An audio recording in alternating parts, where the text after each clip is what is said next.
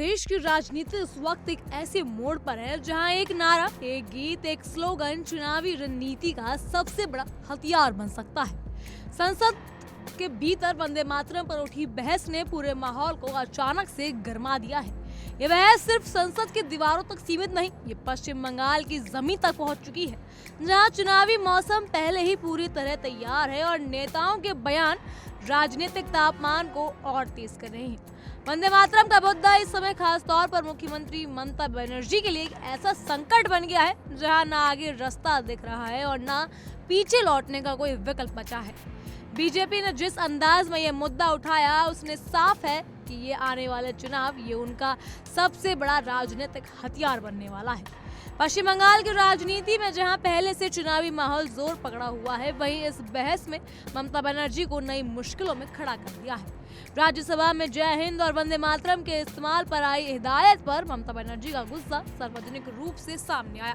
उन्होंने कहा कि जय हिंद और वंदे मातरम हमारे राष्ट्रीय नारे हैं और इनसे टकराने वाले चूर चूर हो जाएंगे।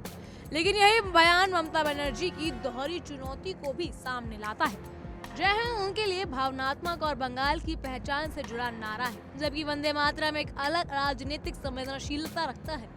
अगर जय हिंद का मुद्दा साथ ना होता और चुनाव इतना करीब ना होता तो शायद ममता का रवैया अलग होता। बीजेपी इस मुद्दे पर लगातार आक्रामक है। वंदे मातरम के 150 साल पूरे होने पर बीजेपी ने पूरे देश में कार्यक्रम आयोजित किए और कोलकाता में बंकिम चंद्र चटर्जी के नाम पर बनी लाइब्रेरी के रखरखाव को लेकर विवाद खड़ा हो गया। विपक्षी नेता शुभेंदु अधिकारी को लाइब्रेरी के गेट पर रोक दिया गया और इसके बाद बीजेपी ने टीएमसी पर आरोप लगाकर ही जानबूझकर बंगाल की महान विभूति बंकिम चंद्र के सम्मान से खिलवाड़ किया जा रहा है। बंगाल बीजेपी अध्यक्ष शमीक भट्टाचार्य ने लाइब्रेरी को बदहाली के खिलाफ आवाज उठाते हुए प्रधानमंत्री नरेंद्र मोदी को पत्र लिखा और मांग की कि केंद्र सरकार इसे अपने नियंत्रण में ले ले। दिलचस्प बात यह है कि बंकिम चंद्र की 5वीं पीढ़ी के सदस्य सजल चटर्जी और सुमित्रा चटर्जी ने भी बीजेपी का समर्थन करते हुए टीएमसी पर उपेक्षा का आरोप लगाया है। उन्होंने कहा है कि ममता सरकार ने कभी बंकिम चंद्र के परिवार को न पहचाना, न कोशिश की और न ही संपर्क किया।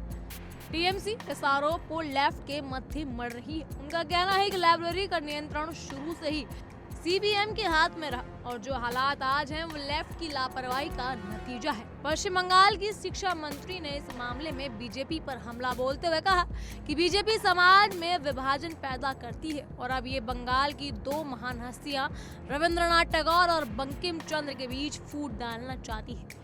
ये पूरा विवाद इस बात का संकेत है कि वंदे मातरम का मुद्दा सिर्फ एक गीत का मामला नहीं रह गया अब बल्कि बंगाल की सांस्कृतिक राजनीति का केंद्र बन चुका है। इधर ममता बनर्जी के खिलाफ बंगाल में राजनीतिक मोर्चेबंदी भी तेज हो चुकी है। टीएमसी ने अपने विधायक हुमायूं कबीर को चुनाव से ठीक पहले सस्पेंड कर दिया। हुमायूं कबीर अपनी नई पार्टी बनाने की तैयारी में उन्होंने दावा किया कि एआईएमआईएम नेता असदुद्दीन ओवैसी के साथ चुनावी गठबंधन के लिए बातचीत जारी है। ओवैसी पिछली बार भले ही बंगाल में प्रभाव नहीं दिखा पाए थे, लेकिन बिहार में मिली सफलता ने उन्हें फिर से आत्मविश्वास दिया है। ऐसे में अगर ममता का वोट बैंक थोड़ा भी खिसकता है तो उसका सीधा फायदा बीजेपी को मिलना तय है। बहरहाल इन सब पर आपकी क्या राय है हमें कमेंट सेक्शन के जरिए जरूर बताइएगा। फिलहाल के लिए तो नहीं, तमाम खबरों के लिए फॉलो कीजिए इंडिया टेल को।